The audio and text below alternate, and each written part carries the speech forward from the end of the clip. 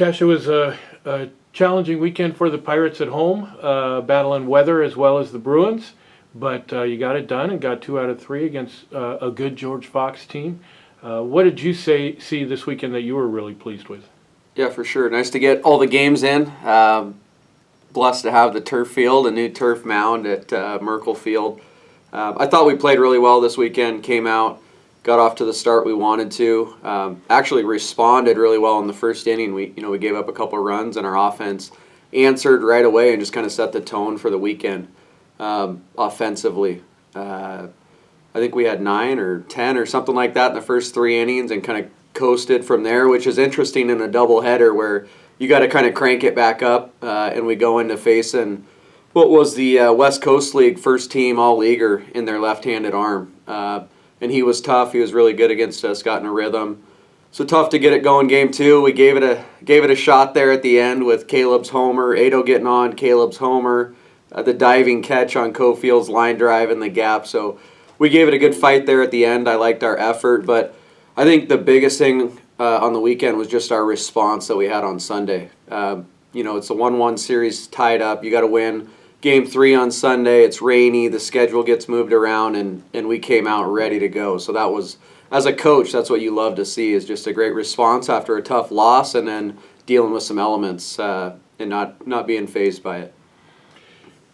As we look around the results of this league week to week, it's looking more and more like this is going to be a dogfight all the way to the end, and the Northwest Conference champion may not have a record that's any better than 14-10.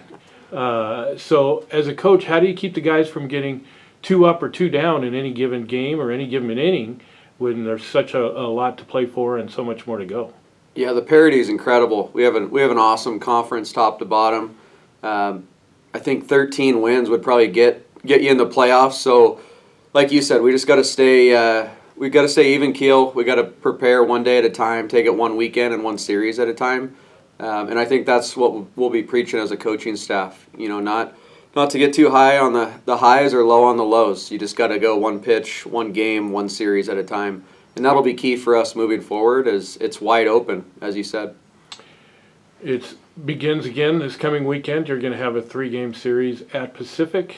And we know that they've won 5 out of their last 6. Talk about how you're going to approach it with a different schedule to the weekend, a single game on Saturday night and a doubleheader on Sunday.